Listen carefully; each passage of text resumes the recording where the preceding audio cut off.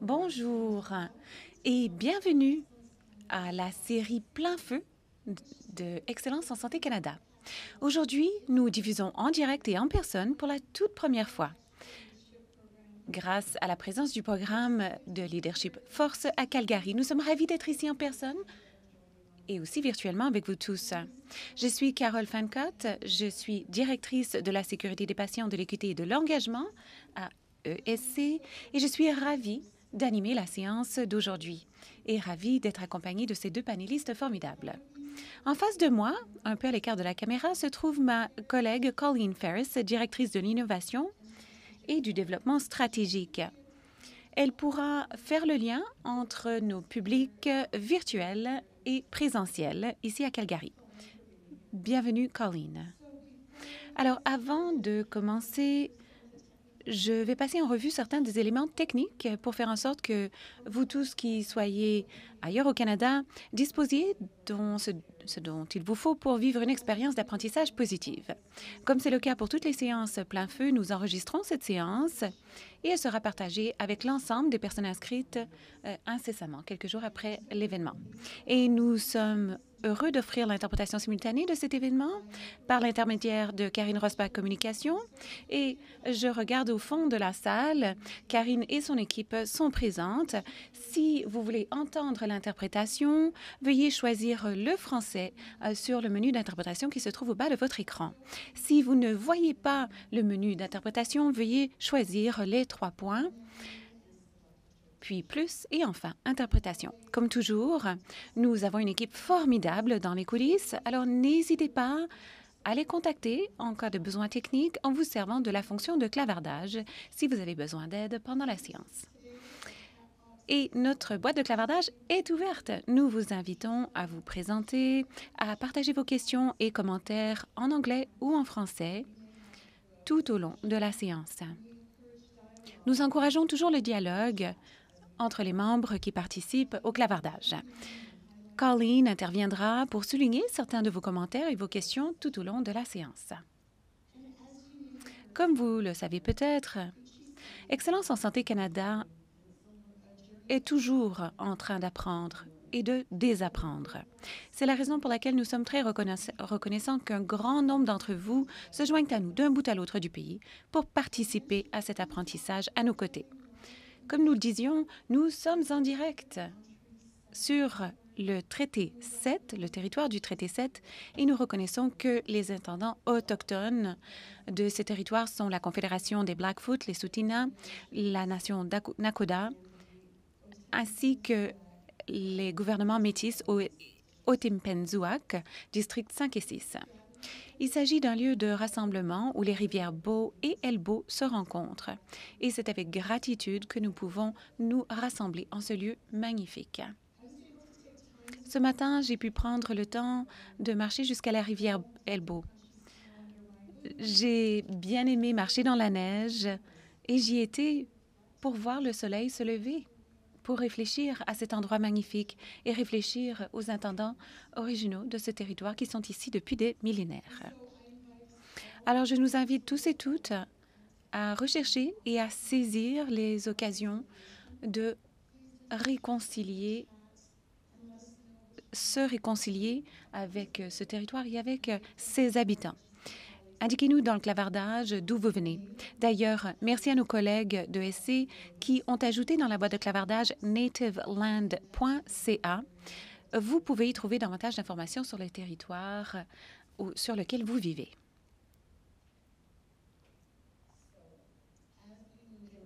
Alors, tandis que nous amorçons la séance d'aujourd'hui, j'ai également réfléchi au mois de février, qui est le mois de l'histoire des Noirs.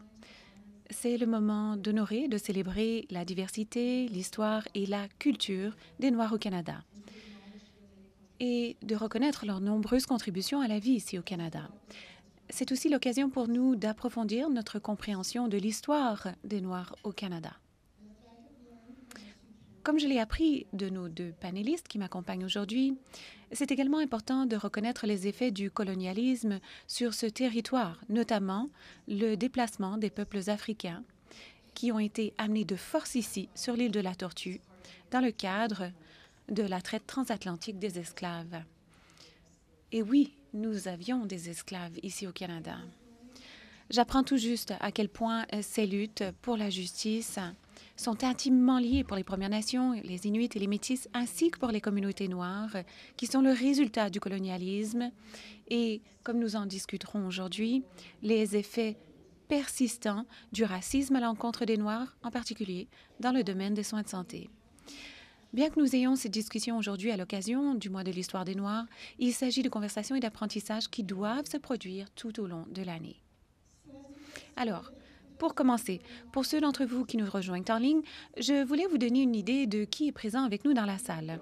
Nous sommes réunis en personne et nous sommes environ 90 personnes. Il s'agit de dirigeants des soins de santé, de membres du corps enseignant, de coachs qui sont partie du programme Force, qui se réunissent pour apprendre ensemble. Force est un programme bilingue fondé sur le travail d'équipe et orienté vers l'action. Il vise à renforcer les capacités des dirigeants à améliorer la qualité et la sécurité des soins de santé.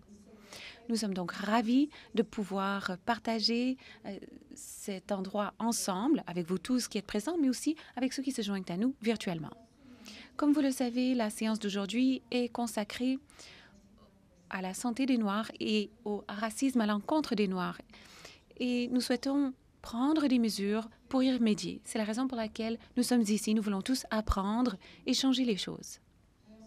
Je reconnais que ces sujets peuvent susciter des réactions et des émotions différentes. Ces émotions peuvent se produire pendant ou après cette séance. Nous vous encourageons tous et toutes à prendre soin de vous-même et à participer d'une manière qui vous convienne. À tout moment, vous pouvez nous quitter pour vous ressourcer et pour chercher du soutien au besoin. Vous verrez dans le clavardage que nous avons versé des liens vers des ressources gratuites si vous en avez besoin. Et pour ceux d'entre vous qui sont dans la salle, ces liens sont partagés sur le canal Teams. Sur ce, voici qui me mène à mes présentations. Je suis vraiment très ravie d'être sur l'estrade avec nos deux panélistes. Alors, nous sommes accompagnés à ma toute gauche de Dr. Omi Shorey Dryden. Omi Shorey est la présidente de la chaire de recherche sur les études noires James R. Johnston. Elle est professeure à la faculté de médecine à l'Université Dalhousie et elle co-dirige d'ailleurs un projet collaboratif qu'elle a cofondé, Black Health Education Collaborative. Ensuite, à côté d'elle et à côté de moi, Sumi Nyumbeyo. Pourtant, je me suis exercée pour bien prononcer votre nom. Ndube Eyo. Sumi est la directrice générale du Black Health Education Collaborative et elle est également professeure adjointe à l'École de santé publique d'Alalana de l'Université de Toronto. Vous trouverez davantage d'informations sur nos panélistes dans la boîte de clavardage, alors consultez-les au besoin. Sur ce, Sumi et Omi Shorey, j'aimerais que vous commenciez par brièvement vous présenter. Parlez-nous de vous, du travail que vous faites dans la santé des Noirs, la lutte contre le racisme à l'encontre des Noirs dans les soins de santé et qu'est-ce qui rend ce travail important pour vous? Omi Shorey, je commence par vous. Merci beaucoup. Bonjour. J'espère que vous êtes bien et que vous êtes au chaud. Est-ce qu'il y a des gens de la Nouvelle-Écosse? Ah, un fort contingent. Je suis Omi Shorey Dryden. Je travaille dans le domaine des études sur les populations noires, la lutte contre le racisme à l'encontre des Noirs, l'identification des structures de la suprématie blanche en santé. J'enseigne à la faculté de médecine à l'Université de Dalhousie et j'ai eu une occasion extraordinaire à l'Université de Dalhousie. Je suis de London, en Ontario. J'ai vécu à Toronto. Mais j'ai vraiment une occasion extraordinaire en Nouvelle-Écosse de travailler avec les communautés noires de la Nouvelle-Écosse. Et cela m'a permis d'approfondir mes connaissances des moyens par lesquels le racisme systémique à l'encontre des Noirs que l'on voit aujourd'hui en éducation, en soins de santé, de vraiment voir les liens permanent avec l'histoire de l'esclavagisme dans la région qu'on appelle aujourd'hui le Canada. Une chose que je trouve fascinante, c'est qu'on a beaucoup de mal à comprendre comment l'esclavagisme touche à la santé des populations noires aujourd'hui. Or, si nous pensons à la première école de médecine du Canada, qui a ouvert ses portes à Montréal, qui s'appelle aujourd'hui McGill, elle a ouvert 10 ans avant la fin de l'esclavagisme au Canada. Les gens diront très vite que la première école de médecine au Canada a été ouverte à Montréal à l'époque où le Canada n'était pas encore une confédération, tout en niant la réalité de l'esclavagisme, parce que le Canada n'existait pas véritablement à l'époque. Alors vous voyez les moyens par lesquels les structures de la suprématie blanche se répercutent sur notre quotidien, parce qu'on est mal à l'aise d'en parler. On a du mal à parler de l'esclavagisme présent ici au Canada, mais on peut célébrer l'existence de cette nouvelle école de médecine en 1924. Une autre chose qui peut être malaisée pour les gens, c'est le fait que l'esclavagisme a duré ici pendant plus de 200 ans. Or, il n'y a que 190 ans que l'esclavagisme est terminé. Alors, on vit toujours dans l'ombre de cette histoire. Et même lorsqu'on passera 210 ans depuis la fin de l'esclavagisme, quand on pense aux écarts en matière de résultats de santé pour les Afro-néo-écossais et les populations noires, la seule réponse, c'est la lutte contre le racisme à l'encontre des Noirs. C'est pas que les Noirs soient prédisposés à la maladie, que l'on n'observe pas nos traitements, qu'on est combatif, des choses qui se retrouvent carrément dans le dossier de santé. Non, c'est du racisme. C'est l'impact du racisme dans nos vies, sur nos corps, qui continue d'exacerber ces disparités en santé. C'est ainsi que j'amorce mon travail et que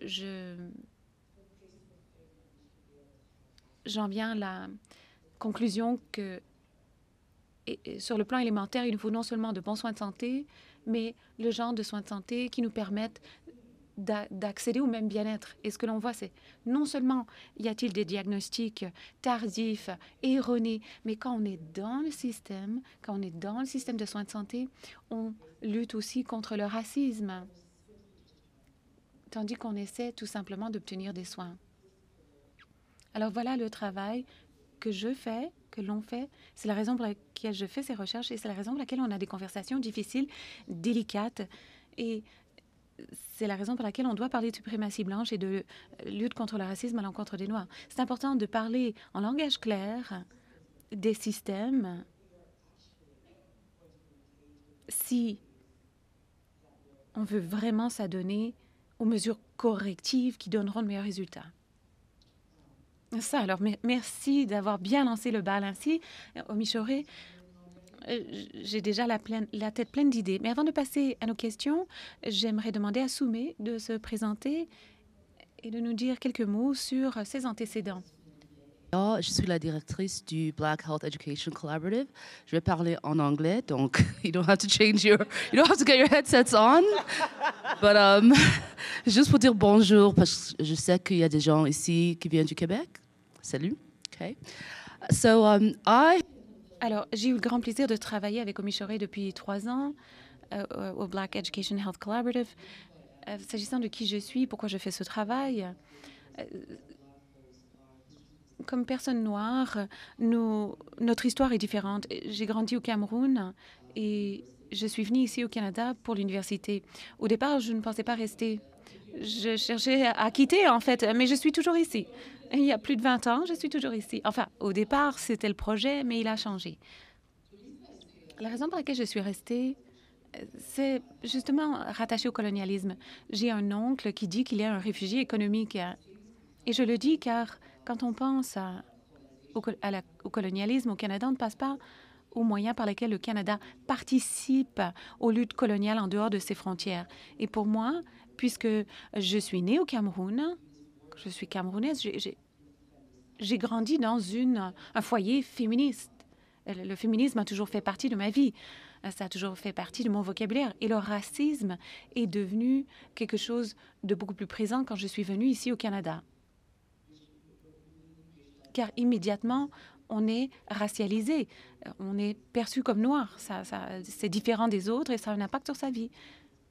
Alors, je suis venue ici au Canada il y a très longtemps et aujourd'hui, je me dis, que doit-on faire comme société pour créer des sociétés qui soient mieux capables de répondre aux besoins de tout le monde, surtout les personnes qui sont dans les marges, surtout les Noirs, surtout les femmes noires, surtout les personnes qui ne participent pas ou qui ne font pas partie de la majorité. C'est la raison pour laquelle je participe à des efforts d'équité en santé pour reconnaître que avant que quelqu'un ne se présente dans un établissement de soins de santé, là où vous vivez, cela influencera votre vie et votre santé. Pensez au fait que si on veut vraiment lutter contre le racisme à l'encontre des Noirs en santé, il faut penser à ces interactions cliniques au sein de nos établissements, mais aussi penser aux raisons pour lesquelles les personnes noires sont plus susceptibles d'avoir besoin de soins de santé. Parce que jusqu'à ce qu'on fasse cela, on aura tout simplement une porte tournante d'admission. Et évidemment, les soins généralement prodigués aux Noirs sont de loin inférieurs à ce à quoi on s'attendrait. Nous avons décidé de consulter des personnes noires. Nous les avons consultées pour savoir quelle est leur expérience des soins de santé. Et cela m'attriste, mais après de longues années de travail dans ce domaine, je suis toujours attristée. Je pense que, en fait, on devrait être outré par ce que l'on observe. Vous avez parlé des dossiers de santé. Je vais vous parler de 2 exemples. Le premier, une infirmière noire. Elle travaille depuis des décennies. Elle comprend intimement le système. C'est la personne qui prodigue généralement des soins. Alors oui, elle est confrontée à du racisme dans ses interactions avec les patients. Des choses comme « Non, je ne veux pas une infirmière noire, j'aimerais une infirmière blanche. » Mais aussi comme patiente. Lors des entretiens avec elle, et on les a filmés, elle parle du fait qu'elle a été à l'hôpital pendant des jours et selon elle, il faut avoir un examen physique au moins 2 fois par jour. Les infirmières, les médecins entrent, ils ne la touchent pas. Elle dit « Allez-vous faire un examen ?» Ils disent « Non, non, tout va bien, ce n'est pas nécessaire. » Et elle voit qu'ils notent des choses dans son dossier. Alors, elle a demandé à voir son dossier, ils ont refusé. Éventuellement, elle a vu le dossier et il y avait de la documentation concernant son état de santé, même si des examens n'avaient pas été réalisés. Alors, elle sait que ça se produit parce qu'elle comprend comment fonctionne le système. Elle sait quelles sont les exigences minimales, les normes minimales, et elle sait qu'elle n'y a pas droit. Un autre récit qui me colle à la peau, c'est une femme noire, qui est juge en exercice en Ontario, et elle parle du fait qu'elle vit avec une maladie chronique depuis de longues années. Elle a besoin de médicaments. C'est une professionnelle importante. Vous savez, les juges, ce sont des gens importants dans notre société. Comme magistrate, elle a beaucoup de pouvoir, et pourtant, la gestion de son traitement est telle qu'elle est micro-gérée. Cela se fait dans le cadre des transitions vers un autre prestataire qui la voit comme quelqu'un qui cherche des médicaments, quelqu'un dont il faut douter des intentions. Donc, elle a beaucoup du mal à faire reconduire ses ordonnances.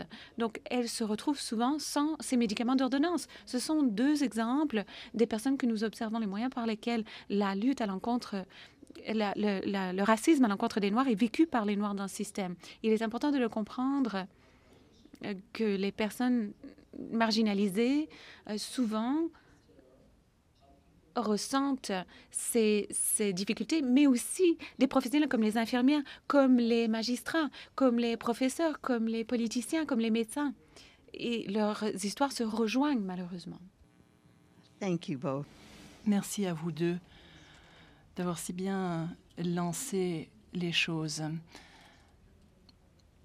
Vous qui êtes dans la salle et qui avez participé à la Semaine de la sécurité des patients, l'année dernière, nous avons vraiment compris les méfaits de façon bien plus large et nous avons vraiment cherché à faire le lien entre le racisme, où nous avons, pendant la semaine de la sécurité des patients, eu une séance sur le racisme à l'encontre des autochtones et les répercussions que cela a sur les soins et sur les résultats de santé. Vous avez très bien résumé la situation, Soumé et Omichoré.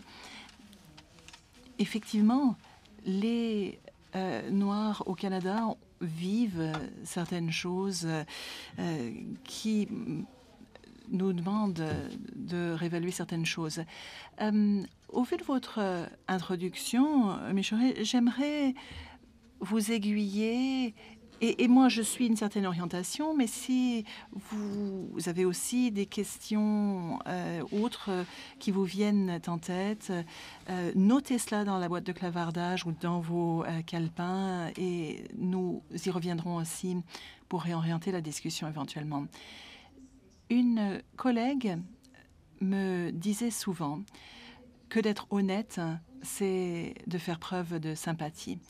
Omichoré, vous avez commencé avec des mots qui m'ont souvent mis mal à l'aise, et c'est peut-être le cas pour d'autres aussi. Suprématie blanche, fragilité blanche, un peu de confusion quant à l'intersectionnalité, de quoi parle-t-on vraiment? Je me demande si vous pourriez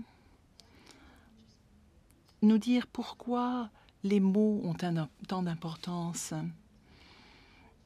Qu'est-ce que tout cela signifie et pourquoi est-ce que cela peut nous aider à mieux comprendre les systèmes qui nous gouvernent tous, qui gouvernent nos actions, nos pensées, ce que nous considérons comme normes, et pourquoi il est si important d'appeler un chat dans le monde dans lequel nous vivons. Oui, c'est si important, effectivement, d'être clair quant aux mots. Notre collègue McDouglas à l'Université du Manitoba a dit à plusieurs reprises, et cela vient de la théorie de la race critique, il n'y a aucun espace dans lequel nous évoluons où il n'y ait pas de racisme à l'encontre des Noirs, que vous alliez au supermarché ou dans une structure. Tout cela il y a ce racisme prédéterminé. On le voit dans les déserts alimentaires, les manques de supermarchés. Qui a accès aux fruits et légumes frais? Cela se voit dans le domaine de l'hébergement, du logement. Surtout, en fait, des problèmes de logement, de sous-logement, de surlogement, etc., selon les régions. L'un des problèmes que l'on voit souvent avec les étudiants en médecine ou autres, ou avec les administrateurs, les leaders, c'est que le mode par défaut pour eux, c'est « mais moi, je suis quelqu'un de gentil ». Le Canada réclame le fait d'être gentil dans son identité, d'être accueillant. Mais la réalité est tout autre. Si on est vraiment honnête avec nous-mêmes quant au mouvement donc d'arrivée des Noirs ici, c'est que quand les Noirs sont arrivés au Canada, il y en a beaucoup qui se sont dit « Non, non, je ne veux pas rester ici. C'est encore plus simple pour moi que de retourner aux États-Unis. » Personne ne veut reconnaître cela. Les gens comprennent souvent bien vite qu'on n'est pas bien accueillis ici. Mais c'est bien souvent aussi que les gens vous demandent « Oui, mais d'où est-ce que vous venez vraiment? D'où? Ou vos parents, vos grands-parents ?» Les gens n'en démordent pas. Ils veulent vraiment savoir d'où est-ce que vous venez vraiment. Et ça, c'est une indication du fait que vous n'êtes pas vraiment accueillant. Alors les gens qui vous disent « Ah, mais moi je suis gentille, je traite tout le monde de la même façon, je ne vois pas la couleur des gens », tout ça, ce sont des mensonges, pour être très franche. La couleur, ça se voit, à moins que vous soyez vraiment daltonien, mais vous savez, si vous savez conduire, vous n'êtes pas complètement aveugle aux couleurs. Vous ne traitez pas les gens complètement de la même façon. Vous ne traitez pas vos enfants comme vous traiteriez vos parents ou d'autres personnes. Il faut être honnête par rapport à cela. Puis la gentillesse, ce n'est pas à cela qu'on devrait aspirer, parce que la gentillesse c'est d'essayer de faire plaisir aux gens, d'en rester au statu quo, de tout faire pour que les gens vous apprécient. Mais si on était vraiment gentil, on serait prêt à avoir des conversations difficiles et ne pas abandonner ces conversations. On progresse lorsqu'on est à même d'avoir des conversations difficiles. Alors, il y a un exemple énorme de quelqu'un au sud qui en est incapable d'avoir des conversations difficiles, qui est, soi-disant, le leader d'un pays qui part en furie quand les gens ne sont pas d'accord avec lui et qui pourtant prétend être gentil, un gars gentil. Alors quand on pense à la gentillesse, cela veut vraiment dire savoir appeler un chat un chat. Alors, c'est bien gentil de dire « Oh, il faut savoir lutter contre les préjugés, les biais invisibles. Oh, cette personne, elle est gentille, vous savez, vous l'avez mal comprise. » Rien de tout cela ne nous aide à arriver au fond de notre implication profonde dans les structures de suprématie blanche et de racisme à l'encontre des Noirs. On craint tous d'être traités de racistes et on pense que c'est terrible d'être appelé raciste, alors que ce qui est terrible, c'est le racisme qui existe. C'est cela, la fragilité blanche. Le méfait, ce serait « Oh, ils m'ont traité de raciste », plutôt que de se dire « Oh, le racisme existe encore et effectivement, on pourrait faire appel à moi pour aider à perturber le système. » Si on était vraiment gentil, on serait en mesure de dire « Oh tiens, j'ai vraiment mis les pieds dans le plat, j'ai fait quelque chose qui n'était pas approprié. Maintenant, comment est-ce que je peux travailler en collaboration pour perturber les systèmes de racisme à l'encontre des Noirs ?» On a travaillé avec le Conseil médical du Canada à créer des objectifs d'examen des Noirs canadiens. Aller sur Google et chercher les objectifs donc pour la santé noire, MCC en anglais. Moi-même, d'autres collègues avons été à Ottawa, avons rencontré la ministre. On a travaillé avec elle pendant 2-3 jours sur la base de ce qu'on avait déjà fait sur les compétences d'apprentissage pour la santé des Noirs. On a rédigé des objectifs clés, des objectifs de capacité. Le Conseil médical du Canada, c'est l'organisme qui agrée les étudiants en médecine. Et on y voit donc des principes ici, mais on parle aussi des structures de la suprématie blanche. Donc aujourd'hui, les étudiants en médecine partout au Canada doivent apprendre comment les structures de la suprématie blanche se reflètent dans la vraie vie, dans la pratique. Et c'est le cas s'ils participent aux cours que j'enseigne à Dalhousie ou s'ils suivent des cours en ligne à ce sujet. Mais on s'est rendu compte, après avoir été à Ottawa, où on nous a assuré qu'en tant qu'experts en la matière, ce n'était pas eux, mais c'était nous, les experts. Donc, eux n'iraient pas modifier quoi que ce soit du langage. Dès qu'on est reparti chez nous, à Toronto, à Halifax, on a reçu le document finalisé pour notre agrément. On avait ôté le mot structure de suprématie blanche sans nous consulter. Et on lisait plutôt structure de discrimination. Ça n'est pas la même chose.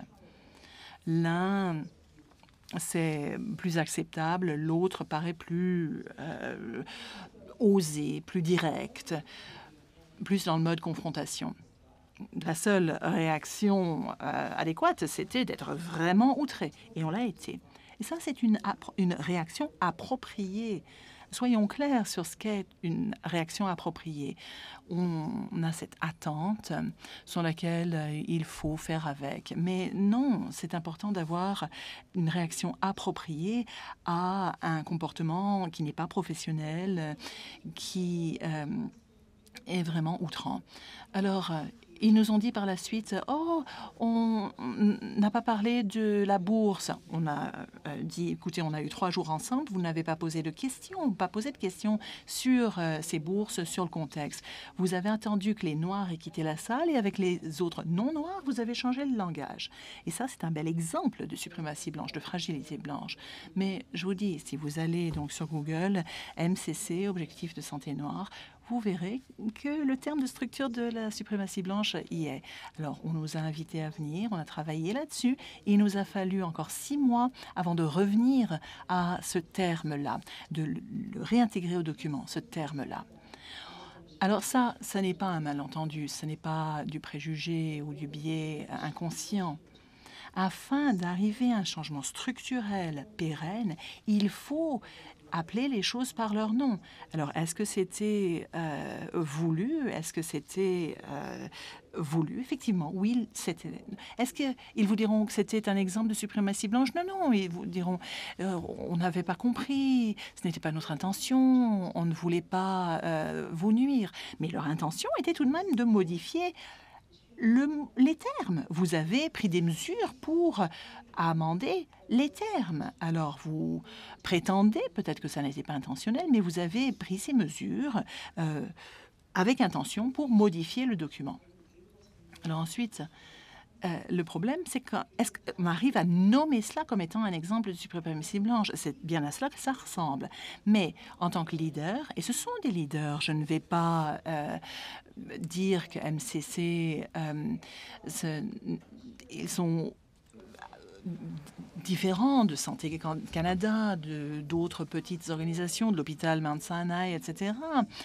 Ce sont les systèmes qui existent, que ce soit à Dalhousie, à l'Université de Toronto, à McMaster, ce sont les systèmes dans lesquels nous travaillons. Mais ce travail exige de nous des interactions, de la volonté, de la gentillesse, etc. Si nous voulons vraiment prendre les mesures nécessaires et arriver à un changement de longue durée pérenne. Alors aujourd'hui, à partir d'aujourd'hui et à tout jamais, le Conseil médical du Canada exigera des étudiants en médecine qu'ils apprennent davantage sur l'état de santé des Noirs. Voilà la raison d'être de tout cela. Merci, mes chérés. Et je veux m'assurer, moi aussi, de faire le lien entre tout cela. Cela a été un très bon exemple qui montre que la suprématie blanche existe encore. Et vous avez fait le lien avec l'histoire du colonialisme et comment cela se reflète encore aujourd'hui. Et cela se voit dans des espaces insoupçonnés, vous l'avez mentionné. J'ai souvent entendu des collègues, Excellence Santé Canada, dire « Nous sommes tous des poissons qui évoluent dans le même océan. » Et c'est vrai qu'ici, nous évoluons tous dans cet espace qui est de vouloir améliorer les soins de santé pour tous au Canada. Le problème pour bon nombre d'entre nous, c'est que nous ne saluons pas, nous ne savons pas même que nous sommes des poissons qui évoluent dans un bocal d'eau. C'est vrai, vous le pointez du doigt, nous vivons tous et travaillons tous dans des institutions qui ont des normes sociétales inscrites en elles. Oui, c'est vrai. Ici, dans cette situation, les leaders avaient invité des experts qui leur avaient bien expliqué qu'on était tous dans l'eau. Et puis ensuite, ils ont choisi d'ignorer la voix des experts qui leur avaient fourni ces informations. Alors, en tant que leader, si vous n'avez pas le passé, la formation que nous avons, nous, experts, en termes de santé des Noirs, de structure, je dis souvent à mes étudiants puisque je ne suis pas médecin, j'ai un doctorat, et moi je peux bien leur donner des faits, mais et ils essayent souvent de remettre en question ce que je leur dis. Et je leur dis toujours, ne posez pas ces questions à des médecins. Je veux bien vous donner les noms de personnes qui en savent plus que moi dans mon domaine, mais ne demandez pas à un simple médecin. Donc, pour ce qui est des leaders, vous n'êtes pas obligé non plus d'avoir eu la même formation que la même pour savoir quelles sont les structures, les pratiques qu'il y a dans votre organisation. Vous pouvez travailler avec des experts, recruter des experts. Vous pouvez vous assurer que dans votre équipe, il y a des personnes qui ont cette expertise, une bonne représentation de toutes les communautés que vous desservez. Et ensuite, à vous d'écouter et de bien vouloir suivre les conseils. Bon, alors ma partenaire s'occupe des commissions. Moi, je note quelque chose à la liste et puis c'est elle qui va faire les courses. Quand on m'envoie au supermarché, ma partenaire me dit ce que je dois acheter, ce que je ne devrais pas acheter. Elle a cette expertise des achats. Moi, généralement, je me promène dans les allées du supermarché, je mets ici et là des choses dans le chariot. Et donc, le budget varie selon si c'est moi ou ma partenaire qui vais faire les courses.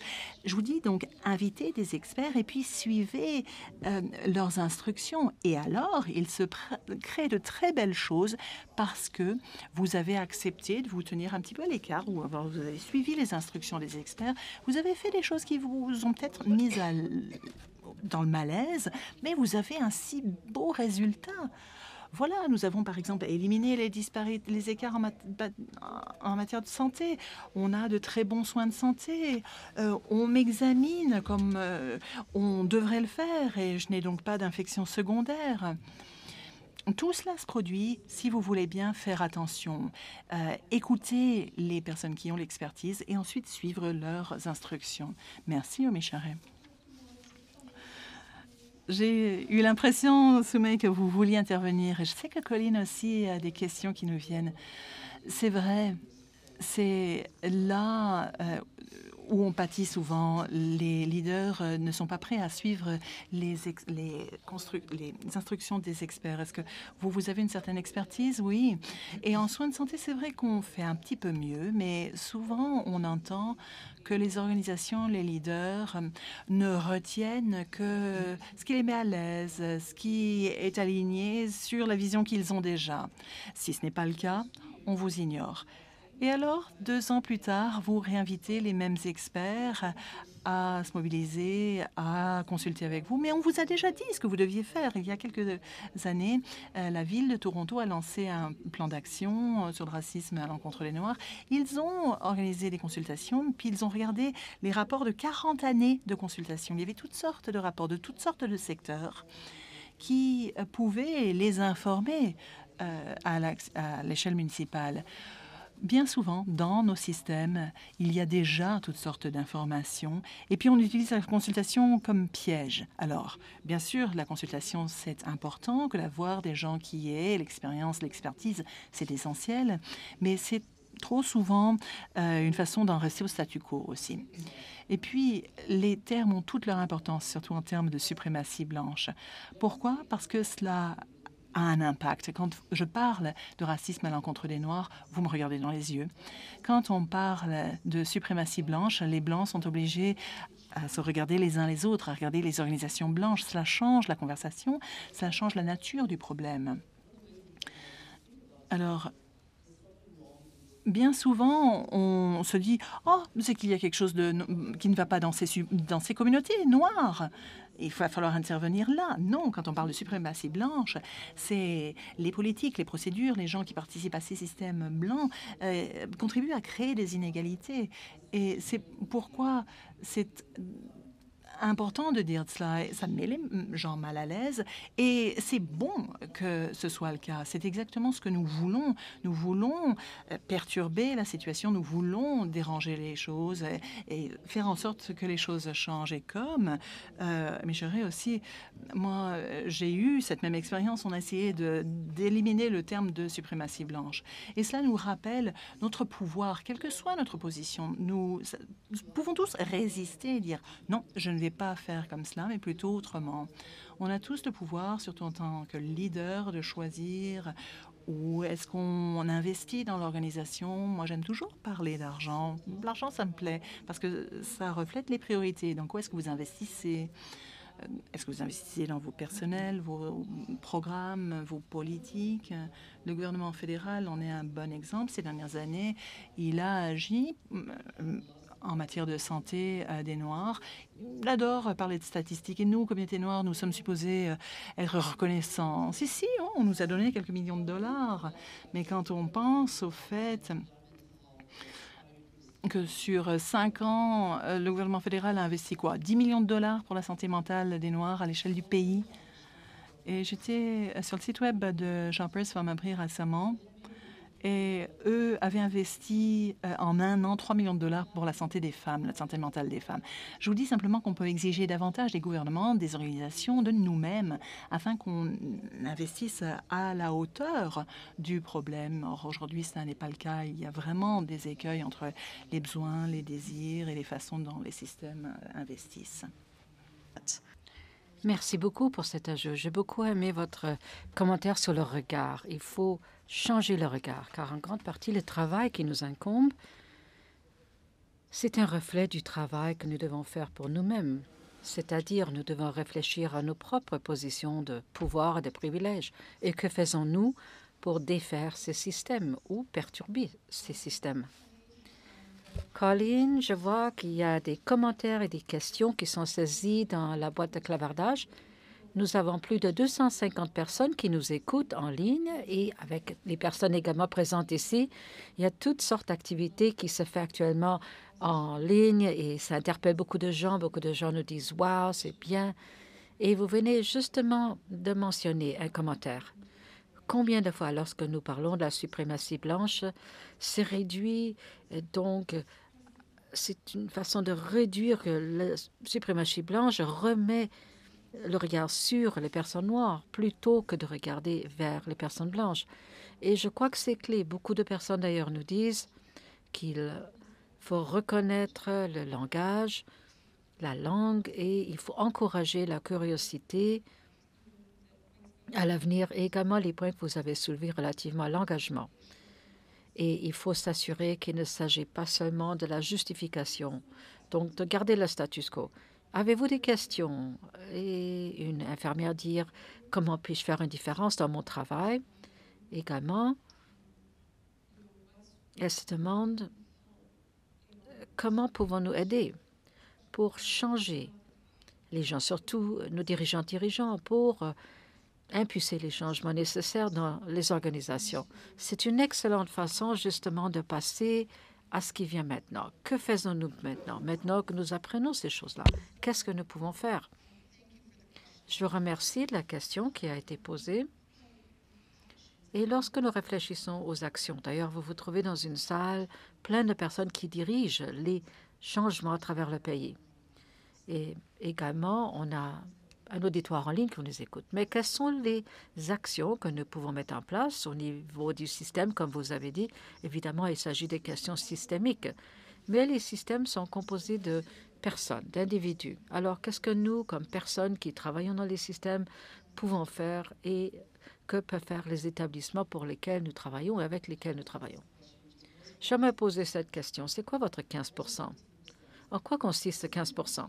Et c'est une invitation pour vous amener à réfléchir justement au démantèlement du racisme à l'encontre des Noirs et la suprématie blanche. Ce sont des systèmes très complexes dont nous parlons. Mais pour chacun d'entre nous, dans nos vies professionnelles et privées, il y a ce casse-tête qui relève de nous. Et ce 15 %, c'est qu'il faut réfléchir à ce que vous faites dans votre travail, qui n'ont pas besoin de nouvelles ressources et qui ne nécessitent pas non plus une autorisation de qui que ce soit. Il vous relève de faire ces changements. Vous avez ce pouvoir. Une infirmière demande « Qu'est-ce que je peux faire ?» Je présume que vous êtes en pratique clinique, n'est-ce pas? Donc, comme une intervenante en pratique clinique, donc vous allez pouvoir décider comment vous accueillir un patient noir dans votre pratique. Comment est-ce que vous faites attention aux indices émotifs qu'on vous donne? Combien de temps est-ce que vous consacrez à cette personne?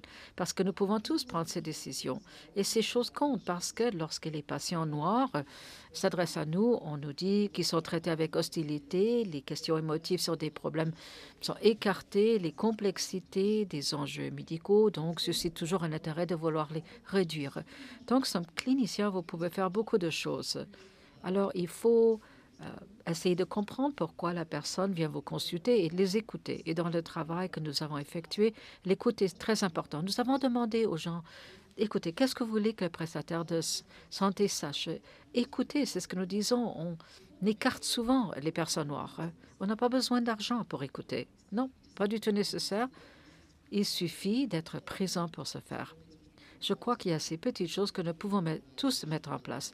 Mais si vous pensez à l'échelle organisationnelle et c'est votre leader qui décide quels programmes seront mis en œuvre et lesquels non, et on investit continuellement dans les choses qui ne fonctionnent pas. La correction raciale ne fonctionne pas, nous le savons. Mais c'est la façon dont nous avons été formés, c'est ce que nous avons toujours connu. Maintenant, on vous dit que ce n'est plus la bonne façon de travailler. Écoutez, vous avez la possibilité de changer les choses. Vous dites, je vais arrêter ce programme, vous savez qu'il cause des méfaits, et je voudrais lancer autre chose. Beaucoup d'entre nous ont plus de pouvoir et de portée que nous le croyons. Et une des raisons, c'est que la plupart d'entre nous avons des factures à payer. Et écoutez, à moins que vous êtes riche, famille, vous avez une belle fiducie qui vous attend, nous devons payer les factures. Et ça devient un piège parce que les établissements, c'est un peu la carotte. Vous devez respecter la norme. Donc, dans ce sens-là, si nous allons agir de façon qui s'aligne avec les valeurs de l'établissement, et la plupart des organisations disent oui, on se préoccupe de l'équité, la communauté, la sécurité, je dirais qu'il s'agit là des valeurs partagées. Donc, il y a des possibilités d'aligner ce que nous faisons avec nos valeurs. Donc, dans mon travail avec l'Organisation des déterminants de la santé, on a un programme qui s'appelle des valeurs et l'action. Mais on dit, si l'organisation se préoccupe d'un point particulier, comment aligner le tout là-dessus? Et donc, on peut avoir des ressources telles que les questions. Ça vous permet d'avoir un dialogue dans vos établissements sur cet alignement. Donc, la correction de race, on voit ça dans la néphrologie. On le voit se manifester de plusieurs façons. Donc, la correction de la race est fonction du fait qu'encore une fois, écoutez, je vais essayer d'organiser mes réflexions. Il se passe beaucoup de choses dans ma tête et j'essayais de les faire sortir. Il y a cette croyance que la médecine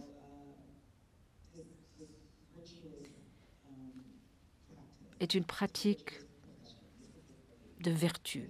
C'est ça la croyance. Mais si vous regardez l'histoire de la médecine, vous allez voir que c'est extrêmement violent, que la médecine a commis les méfaits les plus graves contre les femmes, les personnes noires dans l'histoire, et également aux personnes queer et trans et les personnes ayant un handicap.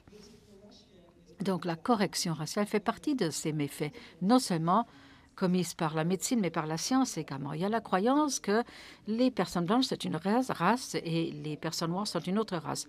Et les personnes blanches sont la véritable race pure humaine et les personnes noires sont une forme d'humain inférieur. Et dans la correction de la race, par exemple, dans la fonction néphrologique, et ça provient des pratiques d'esclavage. Ce que nous savons actuellement également sur la gynécologie provient de l'esclavage. Même les outils qui ont été utilisés s'utilisent toujours aujourd'hui. Le spéculum, par exemple, en tout cas plusieurs instruments. Et ce qui provient de l'esclavage relativement au fonctionnement rénal, il y a un lien entre l'esclavage et les reins, donc on a une certaine idée du fonctionnement, mais lorsqu'il s'agit de personnes noires, nous devons changer les chiffres et nous devons penser à la fonction rénale de façon différente, en fonction de la race. Mais qu'est-ce que ça veut dire? Ça veut dire que souvent les personnes noires doivent souffrir d'une maladie rénale beaucoup plus sévère avant d'être identifiées comme souffrant d'une maladie rénale.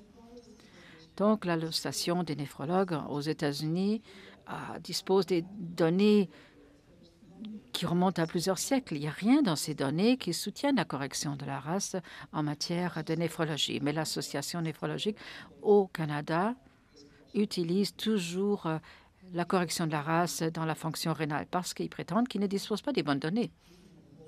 On pourrait avoir toute une autre discussion sur donc cette question, le fait que nous nous fions trop aux données, la façon dont on utilise les données pour éviter de prendre des décisions et éviter de faire un changement. Également, donc, on ne prescrit pas les inhibiteurs et à des personnes noires, ce qui est absurde. Il y a d'autres choses qu'on devait examiner, mais ce n'est pas parce qu'une personne est noire qu'elle ne devrait pas avoir accès à ces inhibiteurs.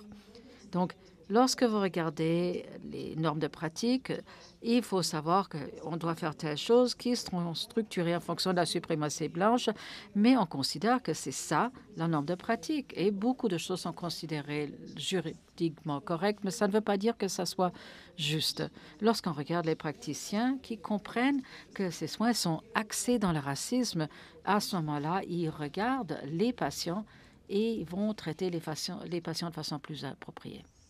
Et c'est ce que nous devrions faire. Rapidement, j'aimerais vous parler de la prise de décision. Vous avez beaucoup de compagnies dans vos établissements différents. Lorsque nous rencontrons les organismes de financement, et d'ailleurs nous en avons parlé avec Santé Canada, avec la SHRC, l'ANSERC, les organismes de recherche du gouvernement fédéral, on croit souvent que les personnes blanches sont des généralistes et les personnes noires sont des spécialistes. S'il y avait une étude, disons, sur la santé des queers et trans, souvent on va donner cette étude aux personnes blanches et on leur dit, écoutez, il faut rendre ça multiculturel, c'est ce qu'on va nous dire. Mais ensuite, ces études s'imposent sur la santé noire des personnes, la santé des personnes trans noires. Mais je pourrais effectuer une telle étude. D'ailleurs, elle était fortement intersectionnelle. J'aimerais en avoir une qui examinait la façon dont ces structures de méfaits ont eu des répercussions sur nous. Le racisme est une question queer. Est-ce que si vous faites cette étude, est-ce que vous regardez les déterminants sociaux du racisme? Comment ensuite savoir si vous faites une bonne étude sur la santé des queers, des personnes queer et trans? Donc souvent, les études de femmes vont passer aux femmes blanches. Mais après, on dit, mais écoutez, on ne tient pas compte justement des expériences de personnes noires et trans et queer dans les systèmes de santé. Lorsque vous réfléchissez à vos comités, à vos établissements et vos organisations, qui nommez-vous pour diriger un comité en particulier? Et est-ce que vous avez un regard intersectionnel sur ce comité? Est-ce qu'on pourrait ne pas faire un virage qui permet de changer le résultat? Également, est-ce que quelqu'un est en tête d'un comité qui va continuer le status quo ou est-ce que c'est une personne qui cherche à résoudre le problème? Et ce ne sont pas forcément les mêmes choses. Merci beaucoup. Alors, je me demandais, à ce stade-ci, écoutez, je dois dire que l'heure a filé, je vois qu'on commence à manquer de temps. Mais peut-être vous pourriez nous donner un exemple de ce que vous avez observé dans les établissements de soins de santé qui ont abordé le racisme à l'encontre des Noirs et la santé des personnes noires d'une façon positive. Lorsque on avait prévu cette réunion, on a posé cette question. Moi, je fais ce que je fais habituellement. Moi, j'envoie un texto qui dit, écoutez, je veux qu'on va avoir de bons exemples, mais c'est dur sur le terrain, c'est idiot. Écoutez, il est important de le dire et de reconnaître parce que du progrès a été réalisé. Je crois qu'on devra reconnaître que du progrès a été réalisé effectivement. Mais à ce stade-ci, nous sommes ici à Calgary, n'est-ce pas? Il y a également des tendances préoccupantes qui se dessinent au pays. Et justement, on en voit le reflet dans nos établissements. Je crois qu'il est important de le signaler. Mais je réfléchissais au travail qui se fait avec Ontario Health, la Santé Ontario. C'est une agence de santé en Ontario. Et tout de suite après la COVID, parce que les communautés noires ont mis pression pour obtenir ça. Souvent, lorsque on voit les choses changer, c'est parce que les communautés l'ont exigé et parce que ce n'est pas pratique à l'échelle politique et finalement les organisations changent. Donc, Santé Ontario a maintenant un plan de santé noire en place et les composantes se reflètent dans d'autres plans. Donc, on met l'accent sur les gens. Il faut savoir que l'Ontario veut être le bon employeur, on met l'accent sur la communauté. Donc, dans quel sens Santé Ontario soutient donc les soins prodigués aux personnes noires. Et pour appuyer ce processus, ils ont organisé des tables de santé noire qui se rencontrent une fois par mois environ et qui impliquent les organisations dirigées par des personnes noires. Et c'est co-présidé par 3 personnes. C'est très délibéré. Il y a une personne qui est coprésidente de Santé Ontario. Il y a également une autre personne qui travaille avec les communautés et organisations. C'est une personne très respectée dans la communauté qui est coprésidente. Et la 3e personne qui est un universitaire, une voix soi-disant indépendante. Ça veut dire que les communautés noires ne sont pas monolithiques, mais ça signifie qu'on peut avoir des points de vue, recueillir de différentes communautés, de différentes personnes, mais également une imputabilité très profonde vis-à-vis des communautés et vis-à-vis de tous les membres de la communauté. Et je crois que ça a été couronné de succès parce qu'en Ontario, lorsqu'il y a des grandes différences au niveau de la politique, non seulement qui porte sur la santé des personnes noires, mais surtout en Ontario, on travaille maintenant sur les soins primaires. Donc, la personne vient et parle à la table de santé noire. Donc, des grandes décisions politiques dans le système de santé, là, vont impliquer, tout ceci implique également la table des personnes noires. C'est une représentation très large pour qu'ensuite on puisse en communiquer le tout dans la communauté. On peut également tenir compte des réflexions de la communauté dans le travail effectué par Santé Ontario. J'ai entendu des bonnes choses sur Monolith. Apparemment, ça travaille très bien. C'est sans doute pas parfait.